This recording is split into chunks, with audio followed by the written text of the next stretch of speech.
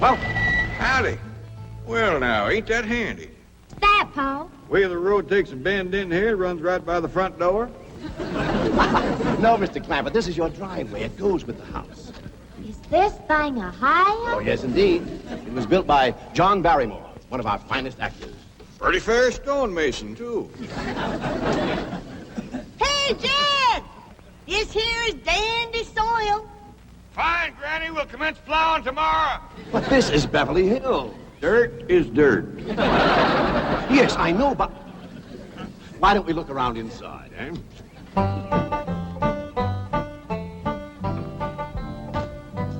Well, here we are. I hope you're going to like this place I picked out for you. It may be a trifle larger than what you're used to, but I feel a man with $25 million in my bank should live in a manner that... Come in, this is your home.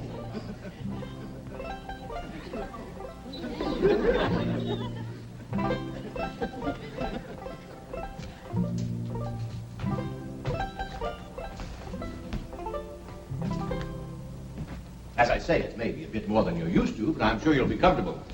Now, my secretary will be over right away to help you with the hiring of servants or whatever problems you may have. She's a very efficient girl, Miss Hathaway. Jed? Jed? Jed?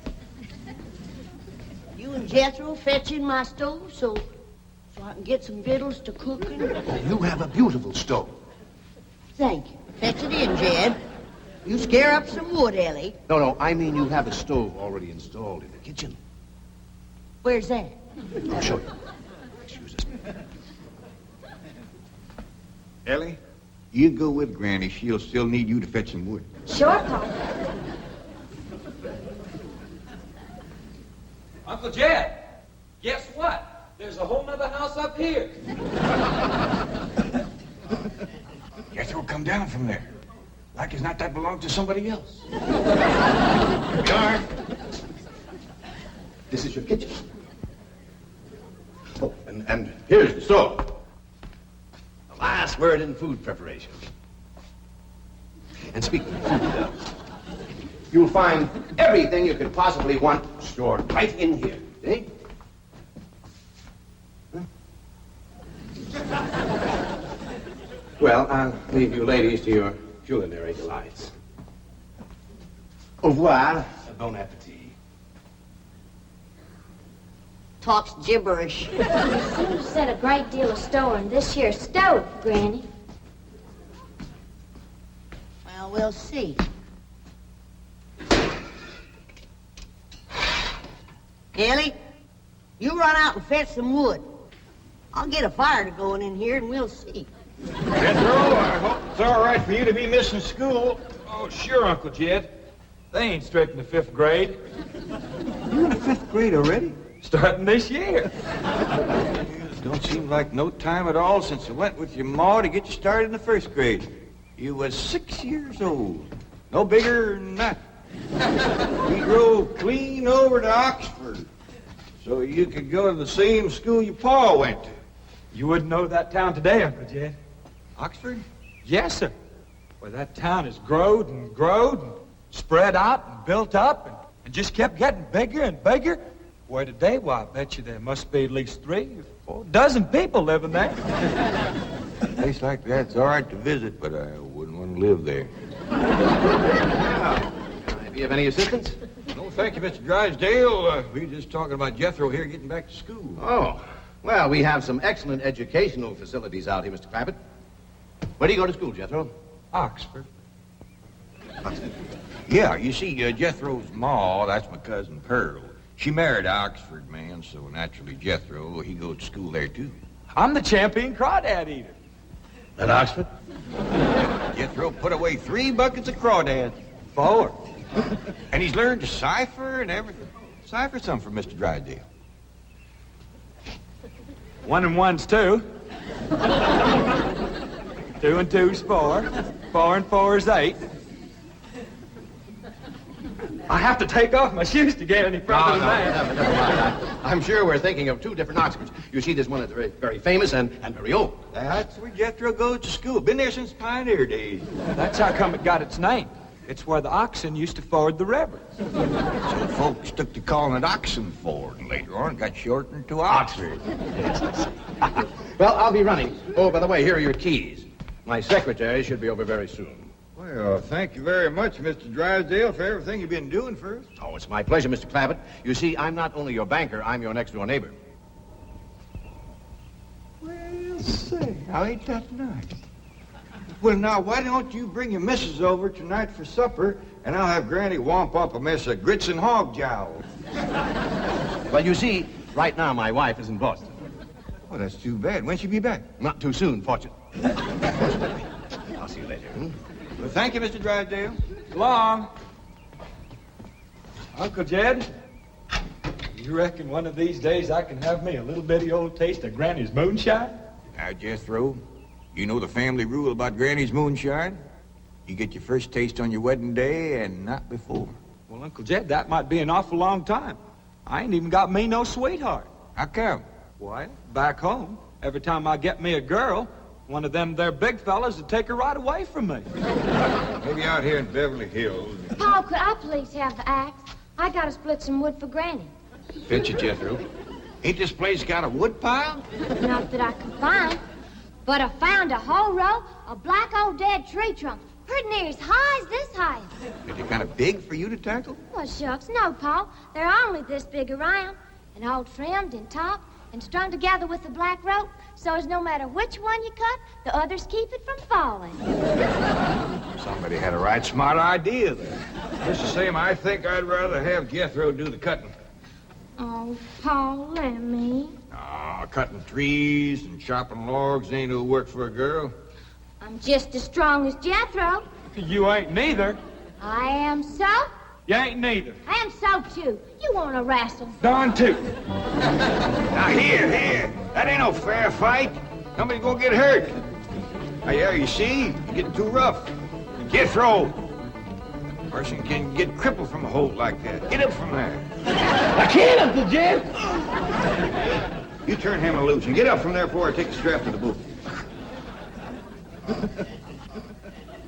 Now, here, you get out there and chop down one of them tree trunks and saw Granny some nice logs. Yes, sir, Uncle Jed. Could have whooped you if you hadn't tripped me. Happy? Come back here and sit down. I want to talk to you. Whooped him fair and square, and I'll do it again. You won't. That's what I want to talk to you about. Ellie Mae, you're getting too big to wrestle with boys. I ain't as big as Jethro. Big that way, I mean, growed up. You're a young lady now. You gotta start minding your manners and fixing yourself up real nice and wearing dresses. Paul, folks would call me a sissy. It ain't sissy for girls to act like girls. You see, Ellie, I raised you like a boy, and I was wrong to do it. I reckon every man liked to have a son, and you was my only young'un. And when your ma passed away, I just decided to turn you into a boy. By the time Granny come to help out, you was too wild to tame. By thunder, you could outrun, out-climb, out-fight, and out-shoot every boy in them hills. I still can, Paul. Yeah, but it ain't fitting. It ain't right for folks to go against nature. Now look at old Duke here. Reckon we could turn him into a cat? Of course not. That's right. Because nature made him into a dog. It's the same way nature made you into a girl. Here lately, she's getting more and more positive about it. You mean my years is grown? No, nothing like that. You're pretty.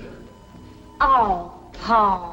I know you don't like it when I say that, but you like it when the young fellas around here come in saying it, and they will. Only they'll probably be using words, fancy words I won't even understand. But Ellie Mae, ain't nobody can ever tell you how pretty you really are, except me. You're the living picture of your mom.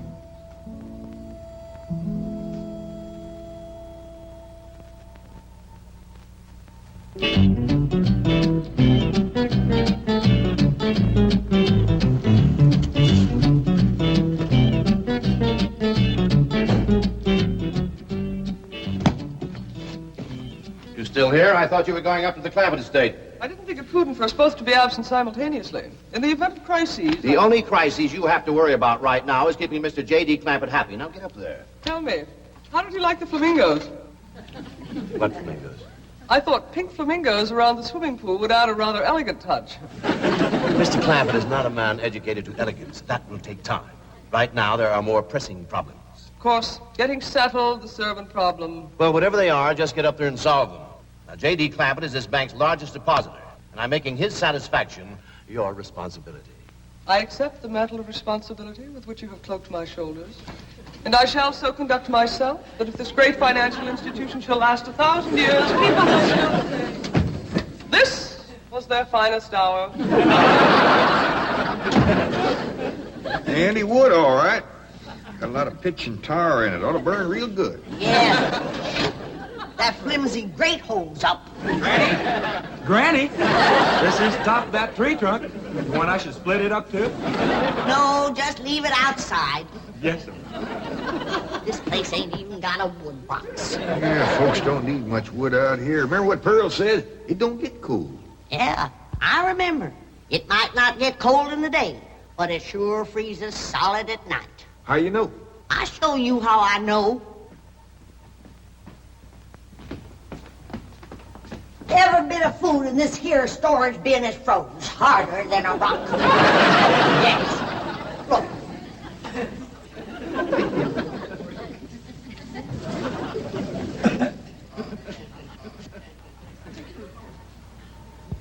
Mighty thin-skinned hog.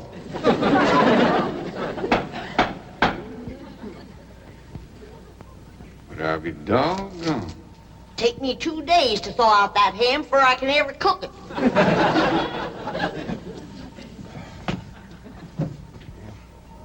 People ought to know better than store food up against the north wall. Tomorrow we'll dig us a root cellar and we put all this stuff in it. Jethro, go on out there and catch us a chicken. Okay, Uncle Jay.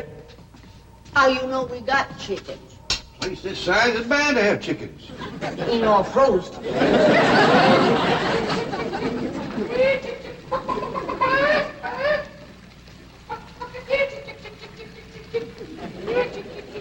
Chick, chick, chick, chick, chick, chick, chick.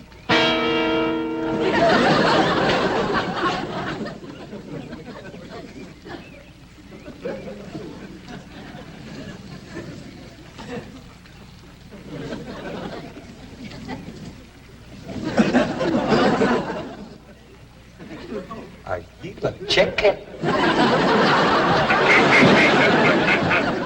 Here's that bucket. You want it? You take it, Ellie. See if you can find a creek. I gotta have some water. You know a pump on this place? It ain't even got a well. Uncle Jed, Uncle Jed. Yeah, boy. Did you find a chicken? I found something. I ain't sure if it's a chicken, a goose, a duck, or what. Where is it? I couldn't catch it. That thing can outrun a jackrabbit. There ain't no goose or duck. Must be a chicken. If it is, Ma was right about things growing bigger out here. That thing was this high. A chicken? Ah, Jethro. Honest, it's got legs this long. Dibby's on the drumstick. Drumstick ain't much. Whoever gets that neck is eating from now on. Commences here and runs plumb up to here. Jethro, you ain't forgot what I said about Granny's jug of liquor. I ain't been to Granny's jug. You have your in for it. Honest, cross my heart. Where'd you see this chicken? Down by the cement pond. Cement pond. Uncle Jed, that pond is the fanciest thing you ever did see. Why, they are steps, so's the cattle can walk right down into it and get a drink. And up at one end, there's a lady standing there made out of rock. And she's a pouring water out of a jar right into that cement pond. Oh. Well, that's how come that big old pink chicken to get away from me.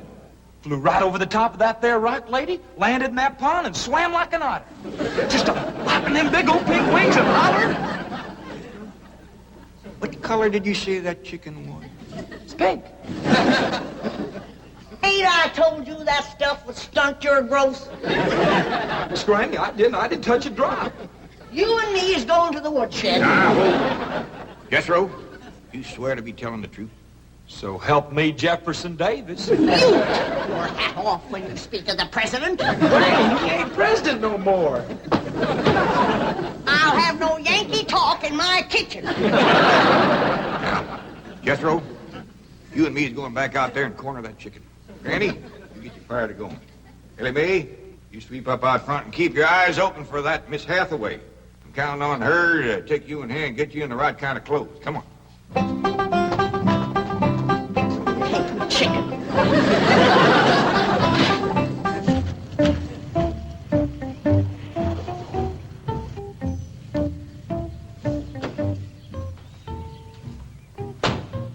You there, young man. I ain't a young man, but I sure do thank you for thinking so. Good heavens, you're a girl. Yeah. I'm Jane Hathaway, executive secretary to Mr. Drysdale. And you, I take it, are a domestic of some sort? Cleaning girl, housemaid? Just what are your duties with Mr. Clampett? Well, he sent me out here to sweep up, but he said you'd take me in hand and get me in the right kind of clothes and everything. Indeed, I shall. We have a complete servant's wardrobe from chef to chauffeur. Come with me. What in the name of Thomas Chippendale is this? Has Mr. Clampett seen this disgraceful and unsightly mound of debris? Oh, yes, ma'am. This is all his. Oh, what charming antiques. Just like you said, Jethro. Rock lady pouring water into a cement pond. Yes, sir. And over there's where I seen that great big pink chicken. Only thing is, it don't sound like a chicken. It makes a kind of hollering noise.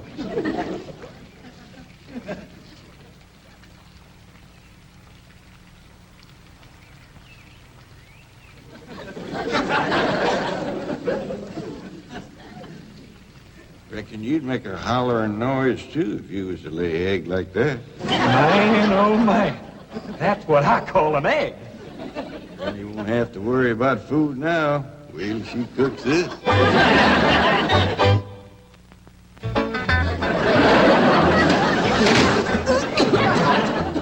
That blame city stove don't draw worth nothing. Granny, look at this egg. What's all the smoke? Stove don't work.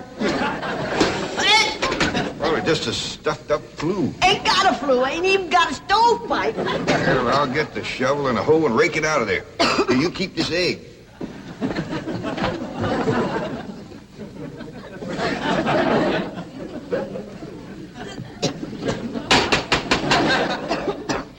Just like everything else out here.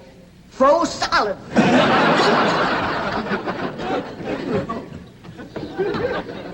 Really, my dear, you look quite charming. Well, I feel like a dead blamed fool. Oh. Just a moment. Get some now. I'll be right back. Oh, that was my Pa. I take it he's a gardener. Oh, yes, ma'am. Pa just can't wait to commence gardening. Apparently. However, as though I admire his enthusiasm, I must forbid him access through the main entrance. Now, tell me about the rest of the staff. Is there a chauffeur? A what? Someone who does the driving. Oh, yes, ma'am. That's Jethro. Of course, I don't reckon he can stay around very long. He's got to get back to Oxford and go to school. Oxford? He attends Oxford University? Well, he just calls it school. Pa went to school there, too. Oh, yes. Old school tie. Great pride, those Oxford men. Sorry I couldn't stop before. Granny was having trouble in the kitchen. Pa, do I have to wear this here stuff that Miss Hathaway... No, there can be no appeal from Mr. Clampett's orders. Thank you, ma'am. Glad to see you taking the firm hand. Ellie Mae, that's right pretty. Makes you look taller. She's got me walking on pegs. We'll run in and show Granny. And get rid of those old clothes, dear. Granny, I presume, is the cook. Yes, ma'am, but she ain't too happy about it right now. I shall deal with her directly. Now, let's see. Maid, gardener, cook, chauffeur. Oh, I understand Jethro is an Oxford man. You bet he is. I'm quite anxious to meet him. Don't blame you. Fine-looking young feller. Single, too. And he's on the lookout for a girl. I am only interested in the intellectual rapport which I would naturally have with an Oxford man. I presume you went to Eton as a boy. If I know Jethro, he went to Eton the minute he was born. Yes, of course. I suppose his father matriculated him.